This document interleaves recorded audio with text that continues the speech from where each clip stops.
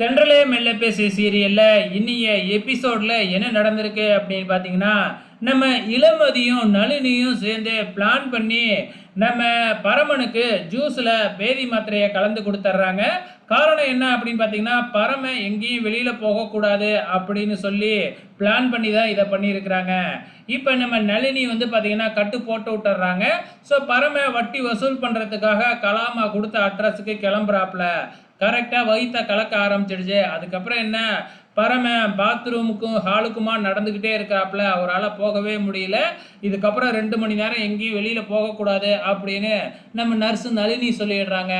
இப்போ என்ன பண்ணுறது, நம்ம கலா தான் வந்து பார்த்திங்கன்னா போய் ஆகணும். இதுக்கப்புறம் கலாவும் இந்த ரஞ்சிதமும் சரி பரமம் போகலன்னா என்ன, நாம் போய் மிரட்டி எப்படியாச்சும் வட்டியை வசூல் பண்ணிவிடுவோம். ஏன்னா கமிஷனாக 30,000 கிடைக்குது இல்லையா, அதனால் ஆசை பிடிச்சி அதுங்க ரெண்டும் கிளம்பிடுது. அதுக்கப்புறம் தான் நம்ம இளமதி இதுலேயும் ஒரு பிளானை போட்டிருக்கு.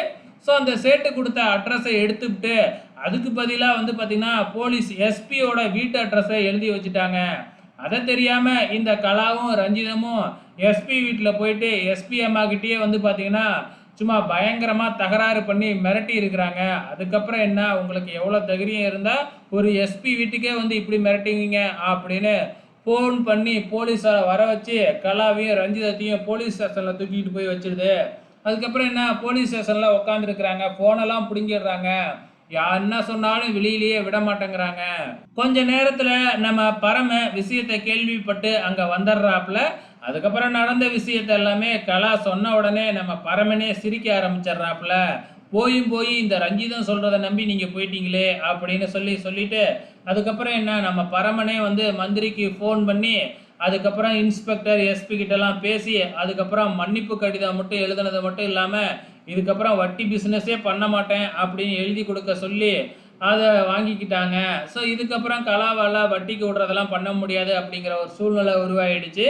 ஸோ இப்போ இந்த ரஞ்சிதமும் கலாவும் நேராக சேட்டு வீட்டுக்கு தான் போகிறாங்க.